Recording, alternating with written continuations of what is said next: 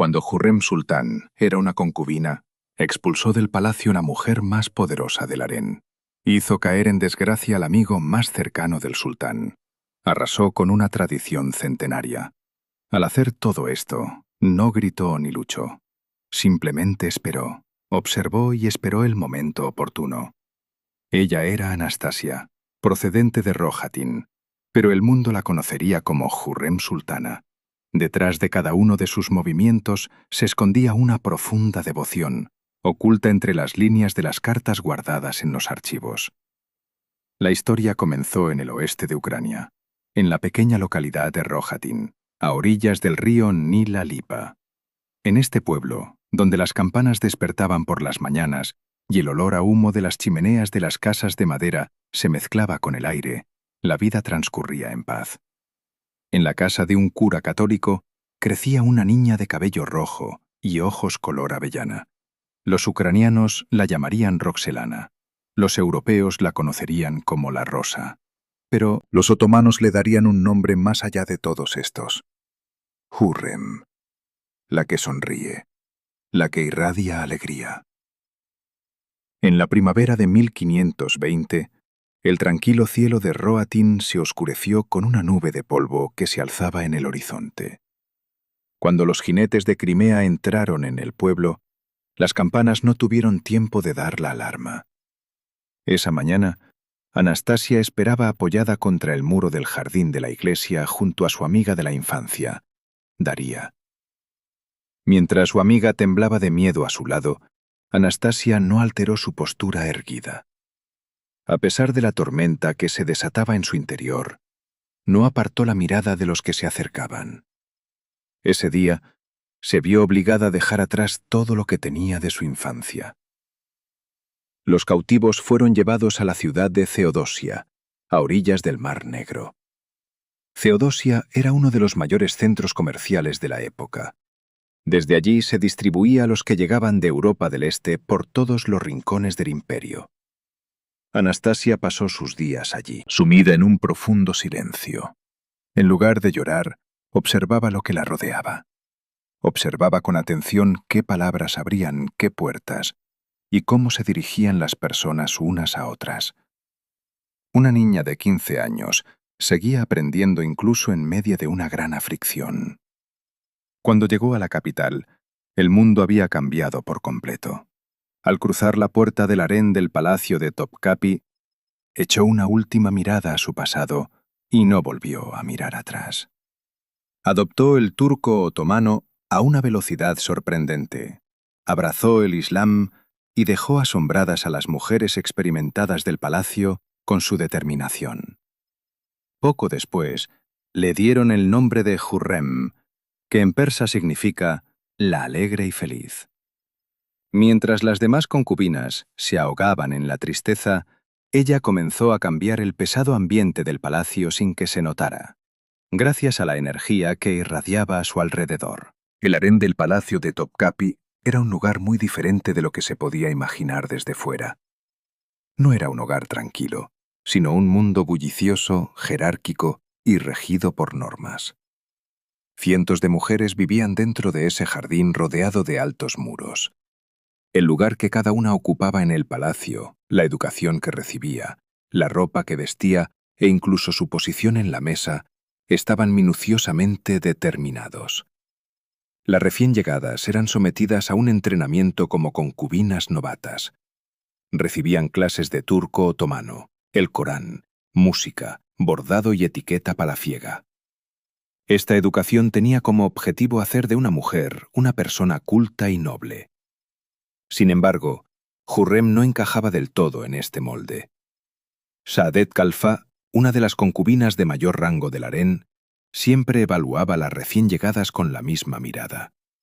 Calculaba en cuántos días llorarían, cuándo aprenderían a callarse y con qué rapidez se someterían. Sin embargo, cuando miró a Hurrem, no pudo hacer ese cálculo. La chica no lloraba. En lugar de callarse, hacía preguntas. En lugar de someterse, observaba a su alrededor. Cuando Saadet Kalfa se retiró a su aposento en el patio esa noche, pensó: esta chica era completamente diferente a las demás. Valí de Hafsa Sultana, madre de Solimán el Magnífico y verdadera autoridad del harén, era quien aprobaba todas las decisiones importantes sobre las concubinas. Cuando escuchó por primera vez el nombre de Hurrem, su mirada se agudizó. Le preguntó a Saadet Kalfa si esta joven era tan diferente como la describían. Kalfa le dijo que detrás de la alegría de esta joven se escondía una gran inteligencia y que aún no se sabía a dónde la llevaría ese camino. El sultán Solimán ascendió al trono en 1520. Heredó los vastos territorios que le dejó su padre, el sultán Yabuz Selim. Era un sultán joven, digno y decidido. Escribía poesía bajo el seudónimo de Muhibbi. Su pluma era tan poderosa como su espada. Si bien las sultanas y concubinas del harén formaban parte de su mundo, los principales asuntos que ocupaban su mente en aquellos días eran las campañas, las leyes y el futuro del imperio. El nombre de Hurrem aún no había llegado a oídos del sultán. Sin embargo, en los misteriosos laberintos del palacio, ningún sonido permanecía oculto por mucho tiempo. En el palacio todo tenía su momento. Las concubinas esperaban meses, a veces años, para presentarse ante el sultán. Esto no era una casualidad, sino parte de un orden meticulosamente diseñado. La valí de Hafsa Sultana era quien decidía en cada ocasión a quién, cuándo y cómo presentar. Cuando llegó el turno de Hurrem, era primavera en el palacio y el sultán Solimán aún no se había recuperado del cansancio de la campaña de Rodas. Entre las concubinas que se presentaron ante él ese día se encontraba Hurrem. Las demás tenían la mirada baja, las manos delante, y esperaban en silencio. Aunque Hurrem parecía adoptar la misma postura, su mundo interior era completamente diferente. Con el rabillo del ojo lo observaba todo: el alto techo de la sala del trono, el azul de los azulejos de las paredes, las expresiones de los consejeros que estaban junto al sultán. Solimán estaba leyendo un escrito en ese momento. Cuando levantó la cabeza, sus ojos recorrieron una a una las concubinas. Al llegar a Hurrem, se detuvo un instante. Se detuvo porque Hurrem lo estaba mirando. En el palacio, que una concubina mirara directamente al sultán iba en contra de las normas de etiqueta. Pero la mirada de Hurrem no era desafiante, sino llena de curiosidad. Era como si realmente quisiera ver a este hombre, comprender su alma. Solimán nunca había visto una mirada así en toda su vida, ni en el palacio ni en ningún otro lugar. La gente lo miraba con miedo o con cálculo. En los ojos de esta joven no había nada de eso. Esa noche, Solimán le preguntó a su confidente, Pargalu Ibrahim Pasá, por aquella joven pelirroja que se había presentado ante él ese mismo día. Aunque Ibrahim Pasá no esperaba esa pregunta, tenía la respuesta preparada. Le contó que la joven se llamaba Hurrem, que era de origen ruteno, que destacaba por su inteligencia y que había aprendido el turco otomano a una velocidad sorprendente. Sulemán no preguntó nada más, pero era evidente que la curiosidad que se había despertado en su mente no desaparecería fácilmente. En cuestión de días, Hurrem fue asignada a los pasillos cercanos a los aposentos del sultán. Como nada en el palacio era casualidad, esto también formaba parte de un plan. A medida que las dos personas comenzaron a compartir el mismo espacio, surgieron conversaciones entre ellas. Solimán se maravilló de su inteligencia. Se dio cuenta de que ella hacía preguntas de un tipo que hasta ese momento no había escuchado de ninguna de las mujeres del harén. Hurrem, por su parte, vio que el sultán no era solo un gobernante, sino también un poeta profundo. Los versos que escribía bajo el seudónimo de Muhibbi parecían las palabras de un verdadero enamorado, no de un sultán. En el año 1521 nació el primer hijo de Hurrem, el príncipe Mehmed. Con este nacimiento, el equilibrio del palacio comenzó a cambiar silenciosamente. Hurrem ya no era solo una concubina, sino la madre del hijo del sultán, una sultana. y esta fue la primera gran señal de que todo se reescribiría en el palacio de Topkapi. Mahidevran Sultán, también conocida como Gulbahar en el palacio, significaba floreciente como una rosa y llega como la primavera. Hasta la llegada de Hurrem, este nombre era sinónimo de poder. Como la favorita del sultán, madre del príncipe Mustafa y la mujer más poderosa del harén, mantuvo su posición durante años. Sin embargo, el ascenso de la concubina rutena pelirroja comenzó a ensombrecer esta autoridad inquebrantable. La tensión entre las dos sultanas se intensificó en los meses posteriores al nacimiento del príncipe Mehmed. Mahidevran se sentía profundamente inquieta al ver cómo la atención del sultán se desviaba de ella día tras día. La inteligencia de Hurrem y el profundo vínculo que había forjado con Suleimán estaban socavando los 10 años de arduo trabajo y la posición de Mahidevran en el harén. Los rumores se extendieron por los pasillos de piedra del palacio, las concubinas tomaron partido y la atmósfera del harén se llenó de una gran tensión. Sadet Khalfa se vio atrapado en medio de esta lucha. Su lealtad, forjada durante sus largos años junto a Mahidevran Sultán, lo impulsaba a albergar una secreta curiosidad por la inquebrantable determinación de Hurrem. Una mañana, murmurando para sí mismo en sus aposentos del patio, pensó que el palacio sería demasiado pequeño para 2 soles. Esta silenciosa espera estaba a punto de desembocar en una tormenta. Finalmente, los muros del harén presenciaron el inevitable conflicto. Durante la violenta disputa entre las dos mujeres, Mahidevran Sultán, dominado por la ira, intervino contra Hurrem. Hurrem, maltrecha y magullada por los golpes recibidos, compareció ante Suleimán. Al ver la escena, la mirada del sultán se agudizó. Cuando Mahidevran Sultán fue llamada a su presencia, no retrocedió. Mantuvo la compostura, afirmando que le había dado a su concubina la lección que merecía. Este suceso alteró por completo el equilibrio mental del sultán. Para Solimán, quien normalmente prefería no inmiscuirse en las disputas del harén, Hurrem dejó de ser una concubina común. Tras la muerte de Valide Hafsa Sultán, alrededor de 1534, Mahidevran Sultán fue enviado a Manisa con motivo del nombramiento de su hijo, el príncipe Mustafa, como gobernador. Esta partida marcó el inicio del declive gradual de su influencia en el palacio y el ascenso absoluto de la autoridad de Hurrem. El harén se había convertido en un lugar donde resonaba una sola voluntad, y esa voluntad se encarnaba en la voz de Hurrem. El sultán Solimán escribió poemas bajo el seudónimo de Mujibi. Eligió este nombre, que significa amante o amada, por voluntad propia. En la literatura del diván fue conocido como el poeta más prolífico de su tiempo, con 2.779 gazales. Sin embargo, entre estos miles de versos, los más sinceros fueron los que escribió para Hurrem Sultán. Las campañas militares ocupaban gran parte de la vida del sultán. Caminos que se extendían desde las llanuras de Hungría en el oeste hasta el interior de Persia en el este lo separaban de la capital.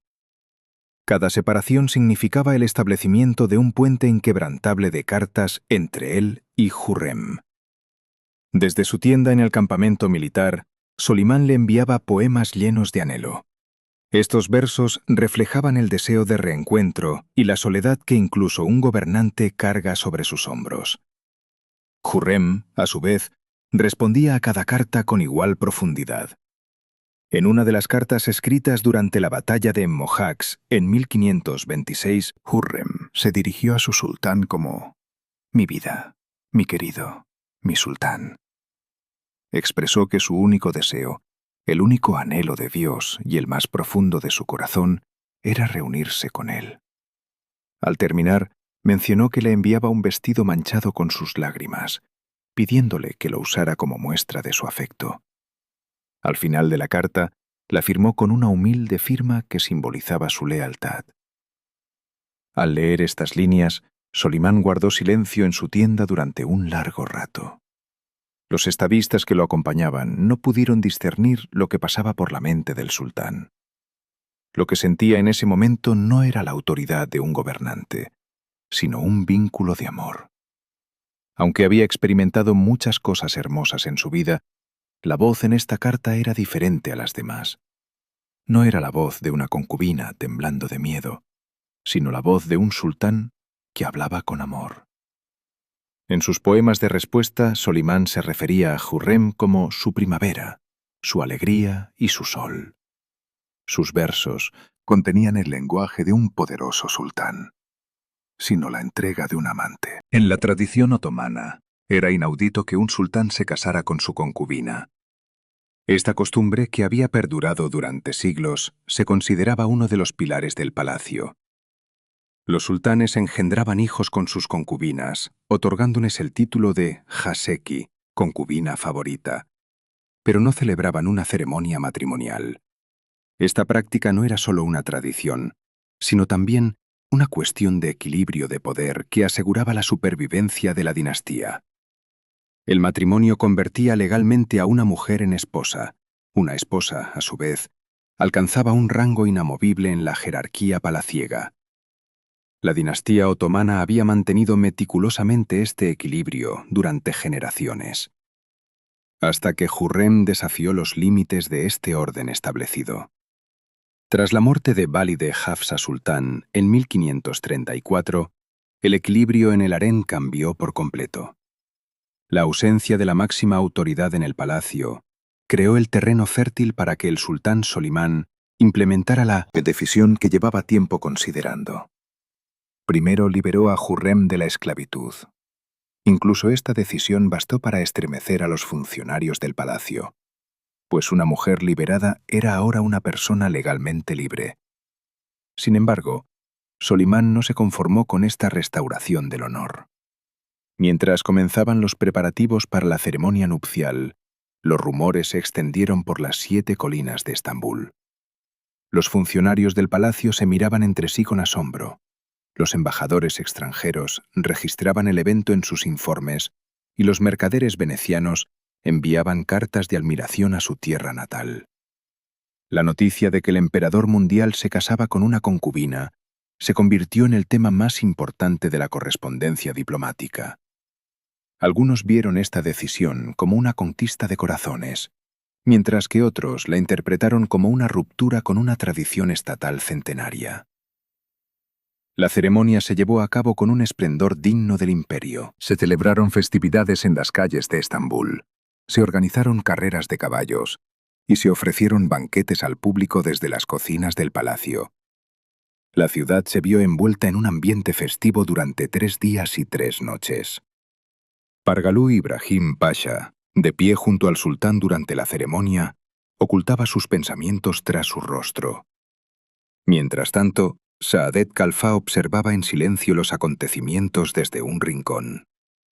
Ella misma no podía discernir si la neblina en sus ojos era la tristeza de presenciar el fin de una era o el respeto por el triunfo de una vieja amiga. Jurrem se había convertido oficialmente en sultana. Pargalú Ibrahim Pasha era amigo de la infancia del sultán Solimán. Crecieron juntos desde sus días como príncipes, comían en la misma mesa, asistían a las mismas clases y paseaban por los mismos jardines. Cuando Solimán ascendió al trono, no dudó en ascender a Ibrahim, primero como chambelán mayor, luego como jefe de caballerizas y finalmente como gran visir. Ibrahim Pasha llegó a ser el segundo hombre más poderoso del imperio. Sin embargo, algunas noches en el palacio, actuaba como si ostentara el poder absoluto. Esto no pasó desapercibido para Jurrem Sultán. Ibrahim Pasha estaba casado con Hatice Sultán, hermana del sultán Solimán, y había forjado un vínculo inquebrantable con la dinastía. Tenía autoridad absoluta en los asuntos de Estado, comandaba personalmente ejércitos en campañas y recibía a embajadores extranjeros en nombre del sultán. Con el tiempo, este inmenso poder provocó cambios en su personalidad. Su antigua humildad dio paso a un orgullo creciente. Sus declaraciones en una entrevista con un embajador en las que se describió a sí mismo como alguien que superaba con creces su posición. Fueron tema de conversación durante mucho tiempo dentro de los muros del palacio. Su apropiación de títulos propios de la línea dinástica generó inquietud entre quienes creían que la autoridad debía concentrarse en una sola persona.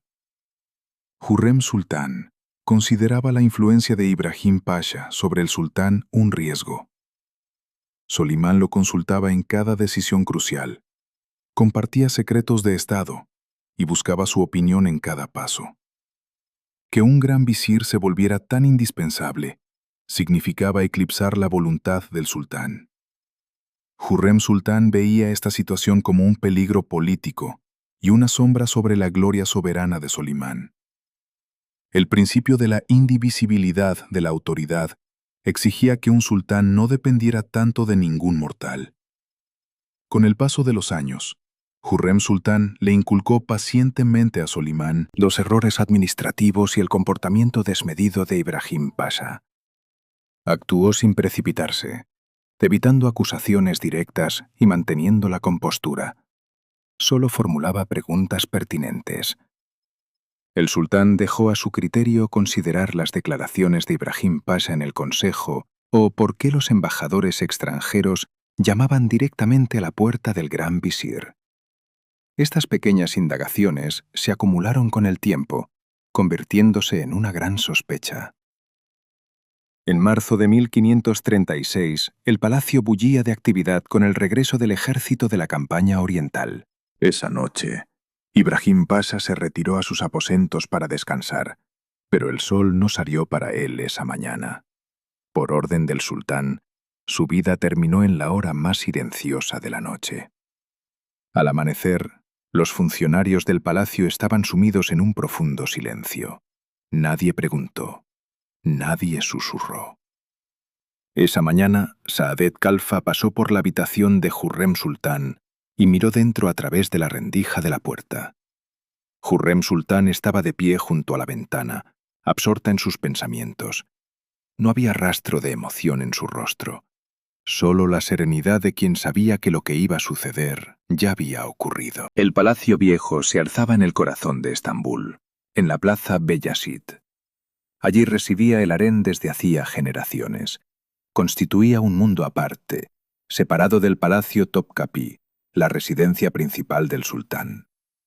Esta separación era una exigencia de la tradición palaciega. La privacidad del harén se mantenía al margen de la administración estatal. Las mujeres de la dinastía residían en un lugar, mientras que el poder político residía en otro. Desde sus primeros días en el palacio, Hurrem Sultán percibió esta distancia como un obstáculo que superar. Intuía que la distancia física significaba estar lejos de las decisiones del sultán y del centro del poder. La noche del 25 de enero de 1541, un gran incendio arrasó el Palacio Viejo. Las llamas se propagaron rápidamente entre las estructuras de madera, el humo llenó el cielo y las concubinas huyeron despavoridas. Al amanecer, gran parte del Palacio Viejo estaba en ruinas. La causa del incendio seguía sin estar clara. Algunos lo atribuyeron a un accidente, otros a negligencia. Sin embargo, quienes susurraban en los pasillos del palacio no podían evitar preguntarse a quién habría abierto este camino. Nadie se atrevía a expresar estos pensamientos en voz alta. Hurrem Sultán, aprovechando la oportunidad que brindaba el caos del incendio, se presentó ante el sultán Solimán. Su petición era clara: el traslado completo del harén al palacio de Topkapi. Esta petición era de tal naturaleza que sacudiría fundamentalmente una tradición centenaria. Reunir el harén bajo el mismo techo que las oficinas estatales significaba colocar el mundo de las mujeres en el centro mismo de la administración imperial. Los funcionarios del palacio se resistieron. Los consejeros transmitieron al sultán su preocupación de que esta medida fuera contraria a la tradición. Solimán escuchó estas objeciones con calma. Luego consideró los argumentos de Hurrem Sultán. Finalmente, la decisión cambió para siempre el rostro del palacio. El harén se trasladó al palacio de Topkapi, Las concubinas, las institutrices y los funcionarios del palacio llevaron consigo su orden centenario tras estos nuevos y magníficos muros.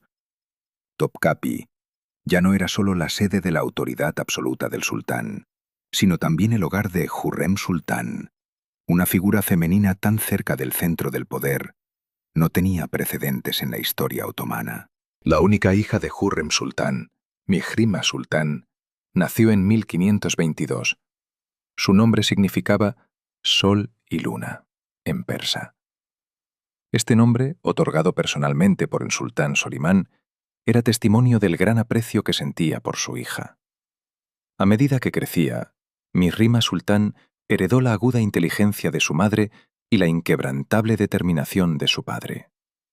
Criada con la etiqueta palaciega, recibió una profunda educación que le permitió comprender tanto los asuntos imperiales como la política europea.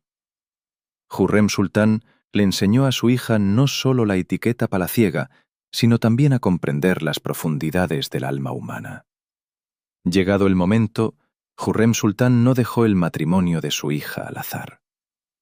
Rustem Pasha era un estadista croata, Devshirme, cristiano converso, inteligente y ambicioso. Su ascenso fue meteórico. Primero se convirtió en Beylerbey, gobernador, de Diyarbakir, y luego en visir. Aunque algunos círculos menospreciaban su pasado, Hürrem Sultán no daba crédito a estas interpretaciones superficiales. Para ella, lo que realmente importaba no era el origen de una persona, sino la agudeza de su mente. En 1539, Mihrima Sultán y Rustem Pasha contrajeron matrimonio. La boda se celebró con magníficas ceremonias a la altura de la gloria de la capital. Este matrimonio no solo unió dos vidas, sino que también sentó las bases de una alianza inquebrantable en el palacio. Rustem Pasha pronto ascendió al cargo de gran visir. Ahora Hürrem Sultán contaba con un poderoso aliado que allanaría el camino y abriría las puertas a sus maniobras políticas. En aquellos años, Hürrem Sultán creía que las obras de caridad eran la prueba más duradera del poder.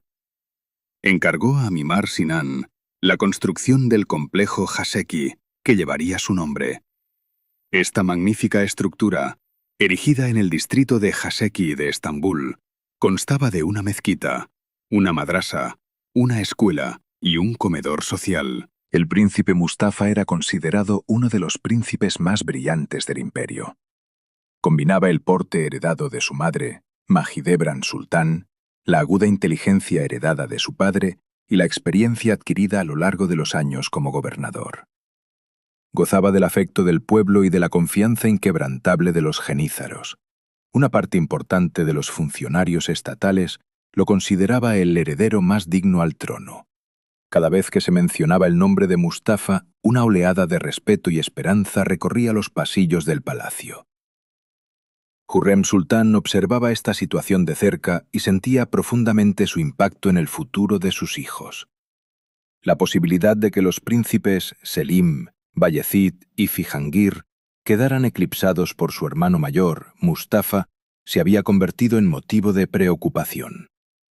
Tras la muerte prematura de su hijo mayor, Mehmed, a causa de una enfermedad, el bienestar de sus hijos restantes se había convertido en una cuestión de vida o muerte para Hürrem Sultán. Según la tradición dinástica, solo había un heredero al trono, y el destino de los hermanos formaba parte de una antigua ceremonia. En 1553, el sultán Solimán decidió emprender una campaña hacia el este. El gran visir Rustem Pasha estaba al mando del ejército. Durante la campaña, el sultán recibió noticias de que el príncipe Mustafa mantenía correspondencia secreta con el Shah safávida. Se le presentaron cartas que lo acusaban de conspirar contra la autoridad de su padre. Al examinar estos documentos, Solimán endureció su rostro y sus dudas dieron paso a una decisión firme. Mustafa fue convocado a la tienda de su padre. En cuanto entró, las puertas se cerraron de golpe. Allí lo esperaban los encargados de ejecutar la orden del sultán. El príncipe Mustafa murió el 6 de octubre de 1553 en la tienda del campamento militar cerca de Konya Erelisi. El sultán Solimán permanecía en silencio en otra parte de la tienda. Cuando la triste noticia llegó al ejército, una profunda tristeza invadió a los soldados. Los genízaros se lamentaron en silencio por la partida de su amado príncipe.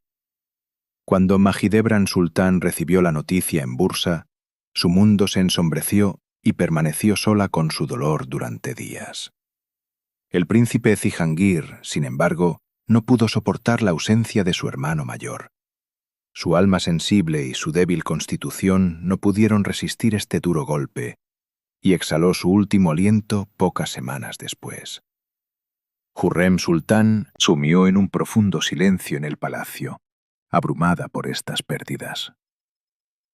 Cuando Sadet Kalfa entró en sus aposentos, encontró a Hurrem Sultán de nuevo en la ventana, con la mirada fija en la distancia, pero con el alma abrumada por la tristeza. Los últimos años de Hurrem Sultán no estuvieron marcados por las victorias, sino por el dolor de la pérdida de sus hijos. El príncipe Mehmed murió de enfermedad en 1543, y el príncipe Cihangir falleció en 1553, afligido por la muerte de su hermano mayor, Mustafa. Solo quedaron Selim y Bayezid. Ambos siguieron sus caminos en sus respectivas provincias, hermanos distanciados. Hurrem Sultán los había criado, protegido y arriesgado todo por su futuro. Ahora, los muros de piedra del palacio se sentían fríos para su cuerpo cansado. El Estambul que contemplaba desde la ventana, aquella ciudad otrora orgullosa que le iluminaba los ojos, era ahora solo un cuadro lejano y descolorido. La enfermedad había llegado con un silencio insidioso. Primero, una leve debilidad, luego un cansancio interminable la abrumaron. Hurrem Sultán, siempre fuerte, al principio no le dio importancia. Saadet Kalfa, sin embargo, observaba atentamente este cambio día tras día. Observó que los pasos del sultán se habían ralentizado. Su semblante había palidecido y el brillo que antes adornaba sus ojos había sido reemplazado por un profundo silencio. Cuando una mañana le sugirió que descansara en sus aposentos, Hurrem Sultán sonrió. Le dijo que tenía prohibido descansar hasta que ciertos asuntos se resolvieran. Pasaron su último invierno juntos en Edirne. Se sentaron uno al lado del otro, compartiendo en silencio la pesada pero preciada carga que habían llevado hombro con hombro durante décadas. Suleimán le leía poemas, le susurraba versos que había escrito en su juventud, cuando su amor floreció por primera vez. Hurrem Sultán cerraba los ojos mientras escuchaba y sonreía con serenidad. La mujer más poderosa del imperio era, en ese momento, simplemente una esposa amada. A su regreso a la capital, la salud de Hurrem Sultán había empeorado considerablemente. Los tratamientos no dieron resultado y la enfermedad no mostraba signos de remisión. La mañana del 15 de abril de 1558, los gritos que se elevaban desde el palacio anunciaron la amarga noticia. El dolor del sultán Solimán era tan grande que quienes lo vieron sintieron que había envejecido de la noche a la mañana. Hurrem Sultán falleció en Estambul el 15 de abril de 1558. Decenas de miles de personas presenciaron su último adiós mientras su cuerpo era transportado por funcionarios estatales. Fue enterrada en el patio de la mezquita de Süleymaniyye. El sultán Solimán mandó construir un mausoleo sobre su tumba, adornado con azulejos de Iznik y que evocaba un jardín paradisíaco. Las decoraciones en las paredes de dicho mausoleo parecían llevar la alegría eterna de Hurrem Sultán a la eternidad. Tras la muerte de Hurrem Sultán, el palacio de Topkapi cambió por completo. Los muros de piedra, los vastos patios y la silla vacía en la mesa del sultán se vieron envueltos en ese silencio. A partir de ese día, el sultán Solimán comenzó a comer solo. La voz familiar que había resonado durante 38 años se había silenciado. Las manos que habían estado abiertas con afecto durante 38 años ya no esperaban cartas. Cuando los funcionarios del palacio observaban al sultán, notaban la pesada carga que pesaba sobre los hombros de un hombre que había perdido a su amada.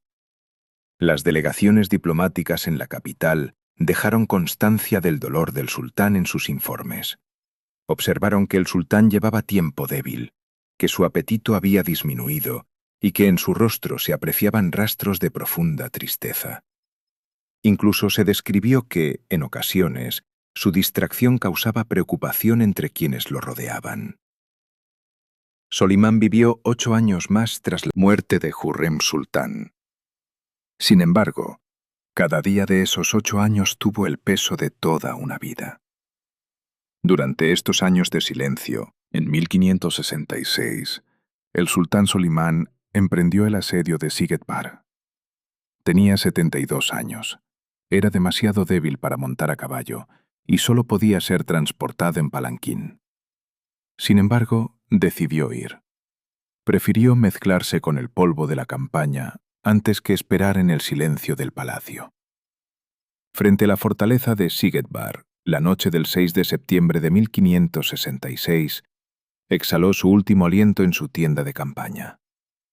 Su muerte se mantuvo en secreto durante 48 días para proteger al ejército, y solo se anunció cuando se acercaban a Estambul. Su cuerpo fue trasladado a la mezquita de Süleymaniyye y enterrado junto a la tumba de Hurrem Sultán. Ambas tumbas permanecen juntas siglos después. Aunque son dos estructuras separadas, el vínculo invisible que las une perdura en el silencio de las piedras. Aquella orgullosa joven de Rohatyn y el sultán que le dedicó poemas finalmente se encontraron en el sepulcro. Este fue el comienzo de un encuentro silencioso, dos corazones, que perduraría por siglos. Hasta la próxima historia. Buenas noches.